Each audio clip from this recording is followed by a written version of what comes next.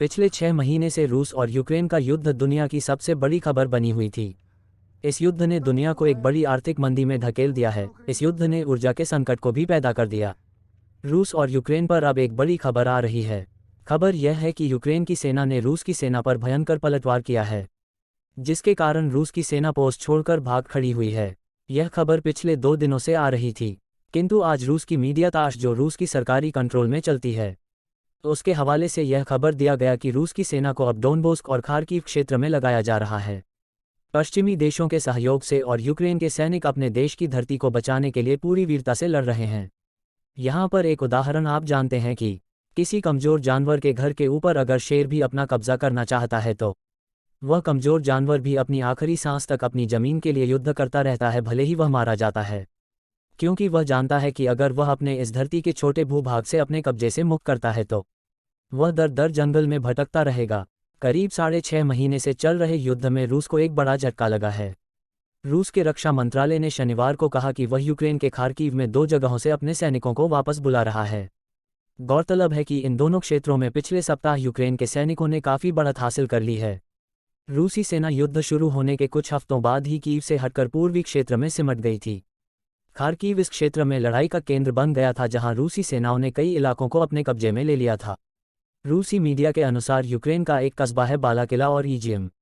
यहां से रूस अपनी सेनाओं को हटाकर खार्किव और डोनबास में शिफ्ट कर रहा है।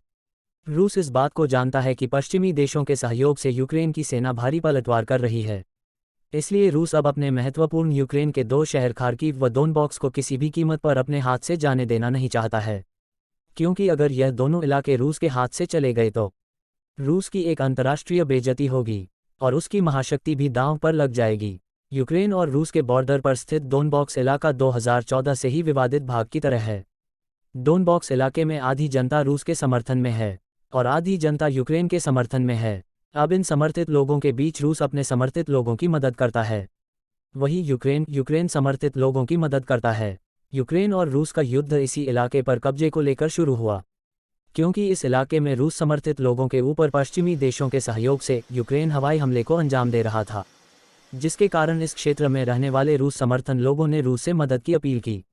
इस अपील पर रूस इस क्षेत्र में युद्ध में यूक्रेन के बॉर्डर के अंदर अपने टैंकों पर भेजकर युद्ध की शुरुआत कर दी और यहीं से रसिया और यूक्रेन के बीच युद्ध आरंभ होता है, जो लड़ाई का भयंकर रूप लेता है।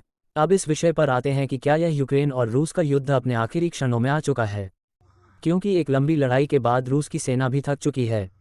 अब थकी हुई रसिया सेना के ऊपर यूक्रेन की सेना हमला कर रही है, जिसके फलस्वरूप रूस की सेना अब पीछे हट रही है।